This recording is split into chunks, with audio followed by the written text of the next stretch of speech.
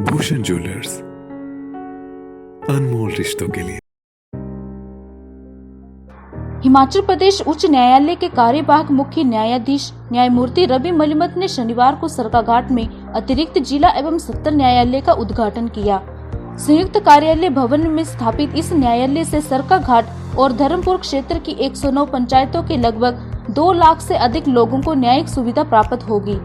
लोकार्पण के अवसर पर आयोजित कार्यक्रम में न्यायमूर्ति रवि मलिमत ने कहा कि प्रदेश उच्च न्यायालय लोगों को उनके घर द्वार के समीप तीव्र एवं किफायती न्याय सुनिश्चित बनाने के लिए समर्पित प्रयास कर रहा है। जनता के लिए न्याय व्यवस्था को अधिक सुगम और सुलभ बनाने के लिए प्रभावी कदम उठाए गए हैं।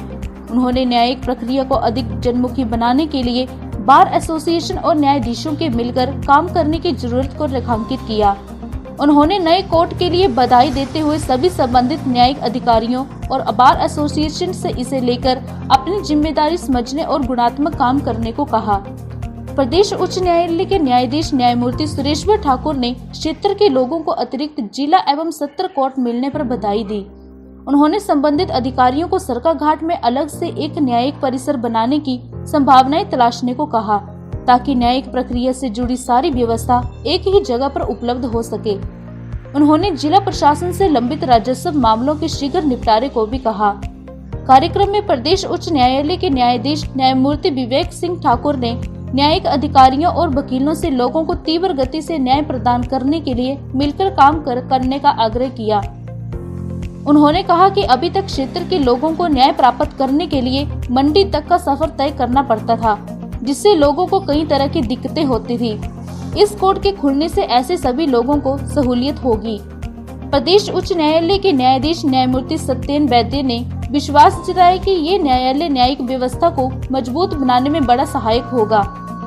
इस मौके विधायक कर्नल इंदर सिंह ने कार्यवाहक मुख्य न्यायाधीश को स्मृति चिन्ह भेंट कर सम्मानित किया। बार एसोसिएशन सरकाघाट के प्रधान भूप सिंह ठाकुर व अन्य पदाधिकारियों ने भी उन्हें सम्मानित किया।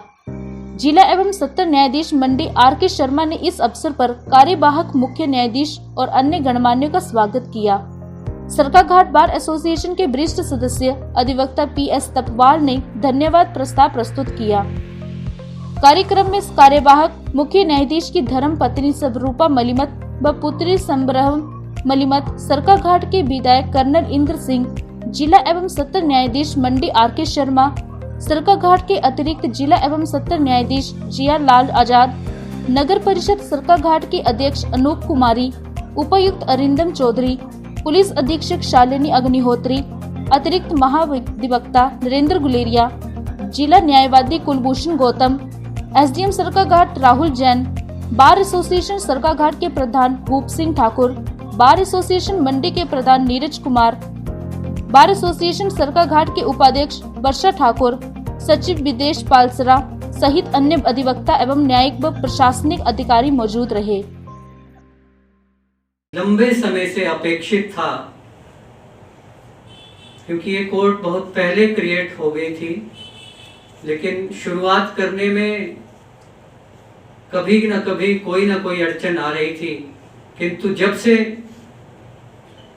मैं कल बिलासपुर भी कहा था और आज फिर कहना चाहूँगा कि जब से not acting but the active chief justice हमें मिले हैं, तो हर चीज एक्सपेडाइट हो गई है। जो कल करे सो आज कर, आज करे सो अब। जो भी करणीय कार्य हैं, जो होने वाले काम हैं, उनको बिना विलंब किए अतिशीघ्र पूर्ण करके जीवन में आगे बढ़ने का अगर हमें व्यक्तित्व, प्रेरणा देने वाला व्यक्तित्व आज हमारे बीच है, इस कारण से ये कोर्ट इतनी शीघ्र शुरू हो पाई है। Honorable the Chief Justice on a whirlwind tour.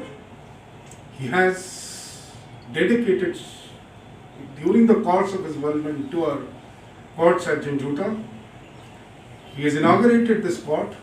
Now we shall proceed from this place to Jaisingpur to inaugurate another court. The endeavor of the Chief Justice to ensure that all of you become the recipients of justice at your doorsteps is a highly laudable achievement, and I hope that this laudable achievement is carried forth in times to come. A new court, be it a civil justice court or a district court, is not something that comes in the wanting.